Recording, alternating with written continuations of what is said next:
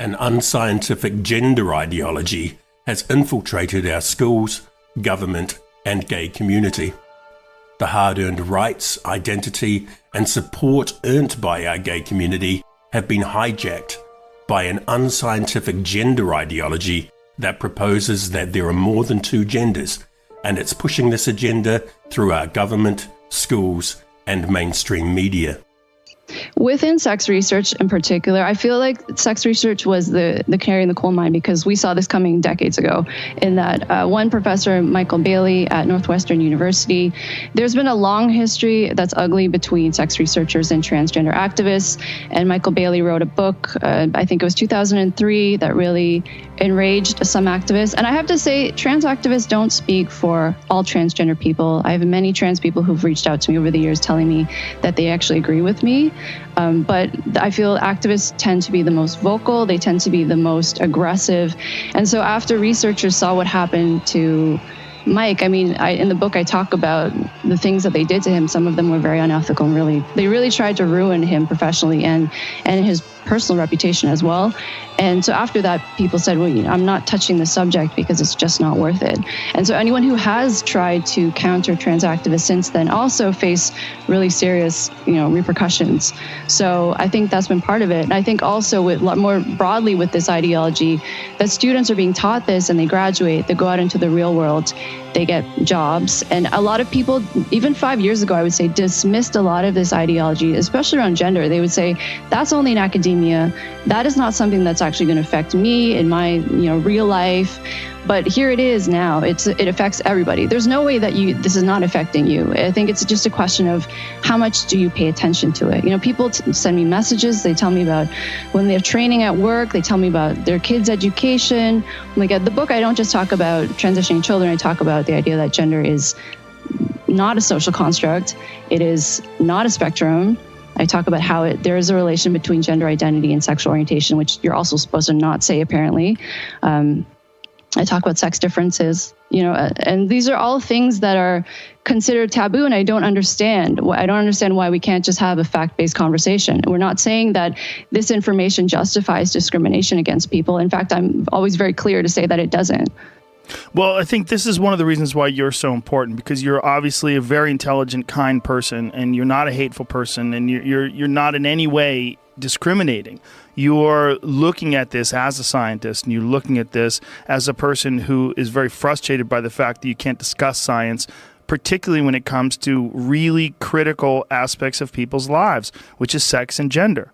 I would love to talk to you about what you just had, though. When you said that there's not a spectrum when it comes to gender, that's a common narrative. So what do you mean by that, like there's not a spectrum?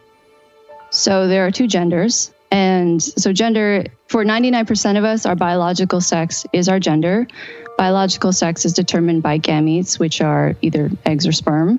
So there are no intermediate gametes. So gender is either male or female. So this I do not think invalidates the existence of intersex people or transgender people. I think we can advocate for equal rights for those communities. We don't have to reconceptualize what gender or sex are. And also for intersex people in particular, most of them want to live within the binary. Trans or non-binary is not something you're born with. I would say, I mentioned the word erotic, I mentioned the elephant in the room. There's absolutely an erotic drive for some men in particular to present as women. That's their erotic fixation, in fact. And they're in love with the woman they wish to be. And if you don't want to say that, like one of the specialists that I interviewed for the book, he said it very frankly. He said, suppose you've been erotically cross-dressing since your teens, and you're now in your 50s, and this woman is more real to you than anything else, and it's time to be her.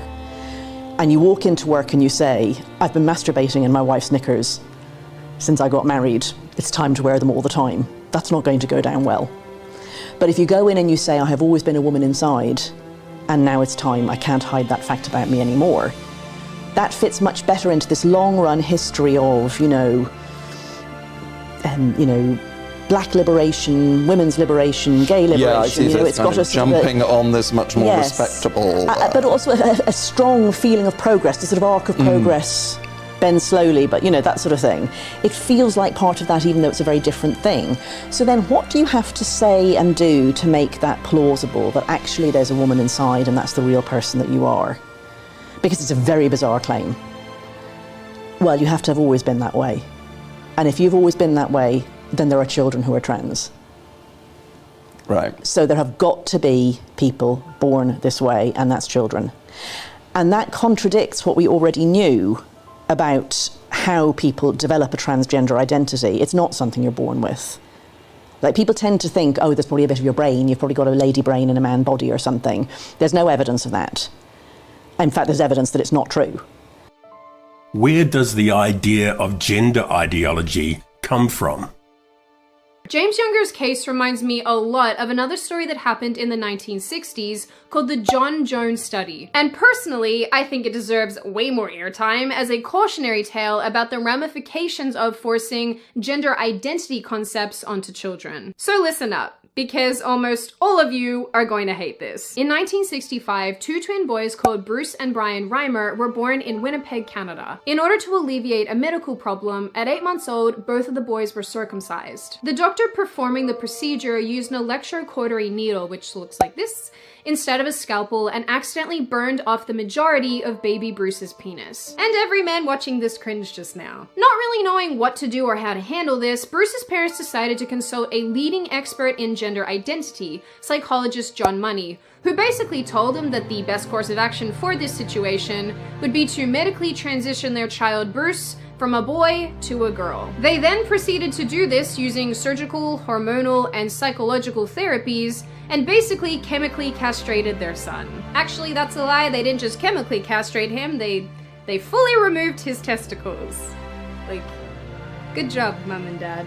And then they kept the whole thing a total secret from everyone, including their children. I mean, I definitely don't want to make a joke out of this because I think it's super messed up, but this is like the equivalent of having a small cut on your arm and deciding to amputate it. So, are we all following so far? Men, are you done protectively clutching your man pickles? Wonderful. So to recap, twin boys, penis burned off, now raising boy as a girl to make up for mistake. That is not a sentence I ever thought I would be saying. Bruce was renamed Brenda and raised as a girl, and his brother Brian continued to be raised as a boy. The children would also visit John Money, who basically would monitor their progress. He'd ask them questions and observe them and make them pretend to do sexual acts. Yeah, he sounds like a real stand-up guy, exactly the kind of person you want around your children. John Money was essentially experimenting on the twins in order to test his theory that gender identity is all about upbringing rather than inborn innate traits. So in short, if you raise a boy as a girl, then that child will identify as a girl. Yeah, so to be clear, we're no longer just one 3-year-old child sitting in paint. We're actually more like a legion of children sitting in paint. That's a lot of paint. For a really long time, John Money and this study were looked at as a massive success, and hundreds of sex change operations were performed as a result. To this day, his work is still used and referenced, particularly in the United States, and throughout much of the developed world. You see where I'm going with this? I mean, like, seeing as this video is going to be demonetized anyway, let's now turn to some copyrighted content that will explain more about this in a nice British accent. Dr. Money had developed a radical new theory about nature versus nurture, and how these twin forces affect whether we think of ourselves as a girl or a boy. He thought that while genes are important, as far as its gender is concerned, a baby is essentially neutral for the first 2 years of life. During these critical 2 years, the child's upbringing, how it is nurtured, will determine whether it feels masculine or feminine. The problem with this entire thing, besides, like, everything, was that Brenda was absolutely miserable as a girl. At age 2, Brenda angrily tore off her dresses. She refused to play with dolls and would beat up her brother and seize his toy cars and guns. In school, she was relentlessly teased for her masculine gait, tastes, and behaviors. she complained to her parents and teachers that she felt like a boy. At 14 years old, the truth was finally revealed, and Brenda, who renamed himself David, finally felt like things made sense. David immediately transitioned back to his original sex, which meant undergoing a bunch of surgeries to remove the breast that he'd grown from taking estrogen and building him a new penis. Also not a sentence I ever thought I'd be saying. David eventually got married, had a normal job, and was living what seemed to be a pretty normal life. And then he decided to go public with his story to serve as a cautionary tale. I tried to fit in. I tried with the makeup, and it turned out to be a disaster. I mean, you got the red circles on the cheeks, and I look like a clown, basically. And but I didn't do it because I liked it. I did it because I wanted so desperately to fit in because I was so lonely. And I let one boy kiss me on my cheek once, and I thought about it. I said, no, I don't like this. I can't help that. I am what I am. So, in the end, both David and his brother Brian committed suicide in 2002 and 2004 after what seemed to be a lifetime of just trauma and mental illness that was brought on by this experiment. I think what happened to David and Brian should absolutely remind us that sometimes medical professionals, the courts, and parents, when they're acting within their own self-interests, often destroy the lives of children. This false gender ideology is being taught in New Zealand schools. Sex education or gender education in schools seems to have been captured by people who are not educationalists but are quite radical trans activists. Yeah, well, two sides to that coin. The group you're talking about, Inside Out, is certainly fits that bill, and they are, and Ben did a great job on Monday talking about them as the sort of the group that interfaces with schools. But the ideology and the drive behind it is coming from academics inside the education system, queer theory academics, gender studies academics, and so forth, who believe that they need to disrupt children's heteronormative behaviour with on sexuality and gender. So there is a drive academically to very much push this in the schools, and they're just using the trans activists to do it. Is New Zealand and are New Zealand academics at the centre of this, or are we somehow more involved than other countries? It's a global issue, but John Money, of course, was a New Zealand academic. He's listed as, regarded as one of the fathers of gender identity theory. He coined the phrase sexual orientation that the world uses now. Yeah. And he, of course, was a paedophile who experimented on two twins who eventually killed themselves as a result of his transgender experiments. But and it's interesting too that Ben brought it up on Monday that Inside Out are suggesting that people primary school children should be learning about John Money and taught about how much of a hero he is in terms of the transgender sexual surgery movement. So there are issues with that, but the capture in schools has been incredible, and I've been going through the relationships and sexual education curriculum that the schools have sent out to boards of trustees and principals. A devastating social contagion for girls. For the nearly 100-year history of diagnosing gender dysphoria, these little kids were what we were talking about when we talked about gender dysphoria. But in the last decade, that thanks in large part to social media, there's been another population that claims to have gender dysphoria. This is a population that never before had gender dysphoria in any significant numbers. In fact, before 2007, there was no extant scientific literature on their having gender dysphoria at all. Teenage girls. This is the phenomenon Brown University public health researcher Dr. Lisa Littman called rapid onset gender dysphoria. And it refers to a sudden spike in transgender identification among teen girls with no childhood history of gender dysphoria at all.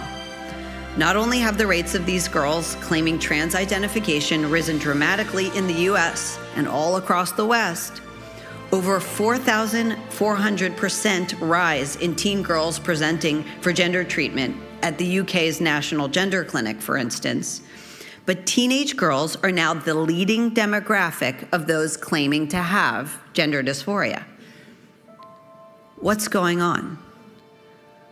The answer is social contagion. One more instance of teen girls sharing and spreading their pain. There's a long history of peer contagion with this demographic, of course. We know that anorexia and bulimia spread this way. And we know that this demographic, teen girls, is in the midst of the worst mental health crisis on record, with the highest rates of anxiety, self-harm, and clinical depression we've ever seen. We know that the population who tends to fall into social contagions is the same high anxiety, depressive group of girls who struggle socially in adolescence and tend to hate their bodies.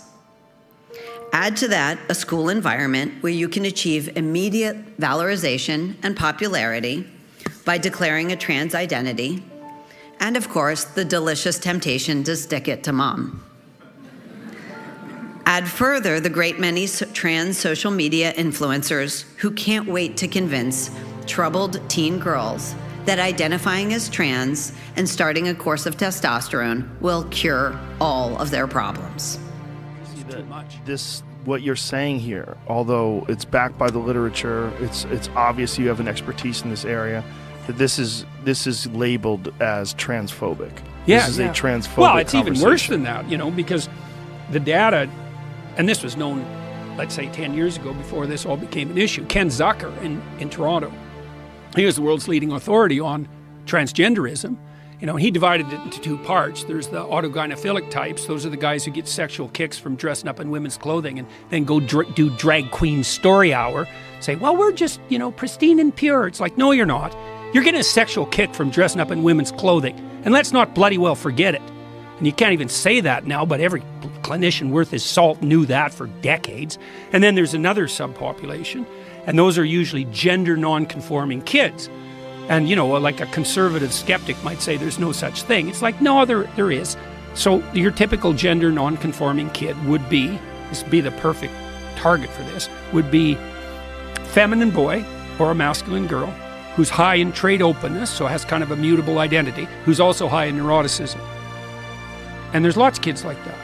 And so they don't fit in that well with their peer group. They're tomboy girls or feminine boys.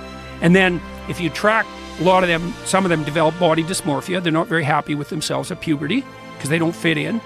But Zucker showed very clearly, he ran the transgender treatment clinic at CAMH in Toronto for decades, and he was one of the world's leading authorities in terms of publication. I think he was the editor of the lead journal for years. They just took him out in Canada, fired him and disgraced him, and he battled on the lawsuit front for like 10 years and was eventually vindicated, but he didn't have a political bone in his body. He was a clinician through and through, He wasn't playing political games, documenting autogynephilia. That was just clinical reality. Now it's become verboten to even suggest such a thing. Oh, there's nothing sexual about this. It's like, yeah, right. You're dressing up in lingerie before your mirror at home, tucking your dick between your legs, imagining you have a vagina for a sexual kick. Oh, there's nothing sexual about that. Yeah, right. Bloody absolute liars. Now, then you have the kids who don't fit in on the gender front. That's a different pathway. But with them, if you leave them alone, so do no harm, leave them alone, 90% of them accept their body, their sex, by age 18 or 19. And 80% of them are gay. So what that also means is, and the gay community is going to wake up to this sooner or later, is that most of the kids being sterilized and mutilated are gay. 80% of them. So I don't see how the LGBT alliance is going to hold up under that sort of reality. So what can we do? If you have children, go to a school board meeting and find out what is being taught. Before you vote in the next New Zealand election, ask your local politician, what is a woman? Share and like this video and like this channel so we can reach more New Zealanders.